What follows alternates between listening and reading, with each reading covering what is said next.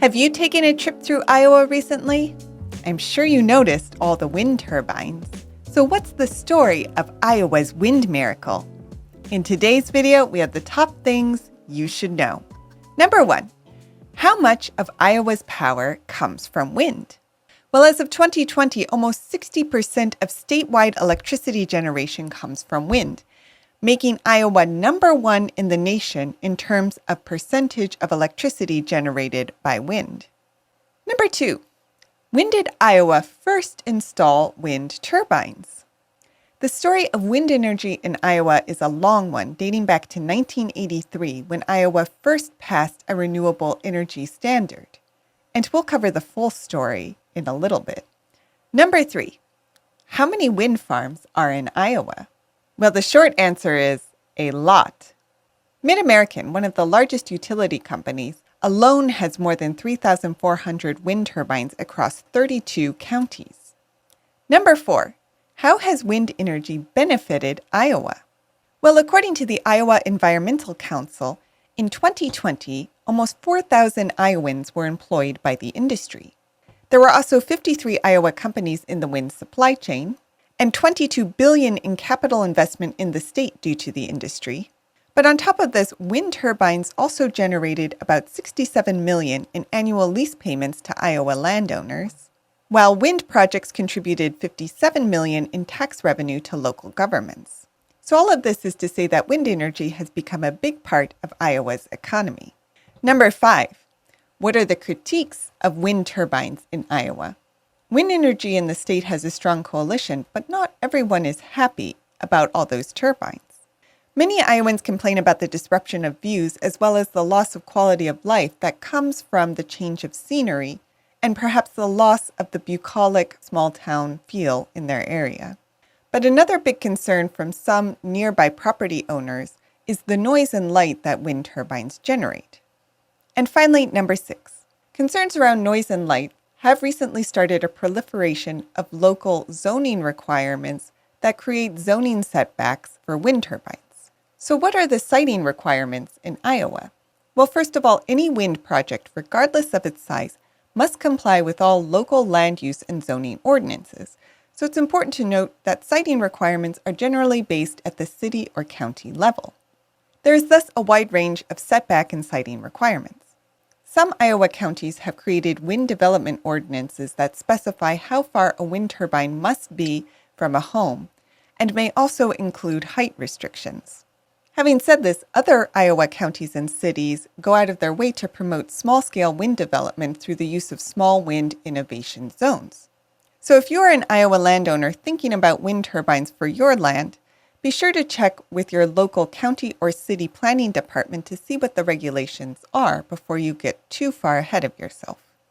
So that covers the basics of the state of wind energy in Iowa.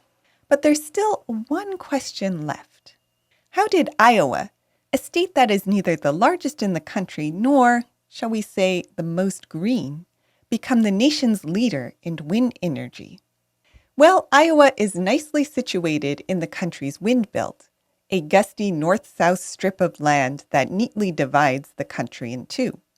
But the real force behind Iowa's wind miracle is its people.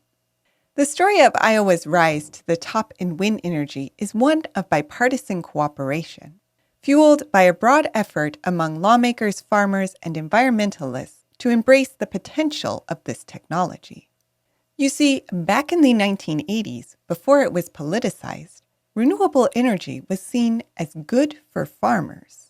To understand why, you have to remember that the 1980s were a terrible time for Midwest agriculture.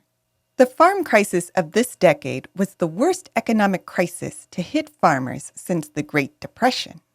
Agricultural communities throughout the country were hit by a perfect storm of rising interest rates, changing commodity prices, drought, and years of heavy borrowing. The roots of the problem lay in the previous decade when farm commodities saw a huge boom. Farm income and farmland values rose, and since debt was cheap and widely available, farmers took out additional loans in order to increase production. Yet in the late 1970s, the boom came to an abrupt end when the Federal Reserve sought to control rising inflation by increasing interest rates. At the same time, a grain embargo on the Soviet Union caused demand for U.S. agricultural products worldwide to drop dramatically. Suddenly, farmers, many of whom had taken out variable interest rate loans, were hit by unsupportable levels of debt, and the region faced a wave of foreclosures. As small towns withered and family farms collapsed, Iowa legislators were desperate for an economic lifeline. The energy sector was already on everyone's mind given the recent experience with the 1973 oil shock, as well as current rising electricity rates. And with no significant oil or natural gas interests in the state, Iowa lawmakers were able to settle on renewable energy as the state's savior. A broad bipartisan coalition passed one of the first laws in the nation mandating that the state's largest utility purchase a certain percentage of their energy from renewable sources. Thus was born the seeds of Iowa's wind energy, which today has outperformed all expectations. And the broad wind energy coalition still more or less holds. In fact, it was an Iowa Republican senator who would later become the father of the wind energy tax credit. Furthermore, wind energy has indeed become a sustainable source of income for many Iowa farmers.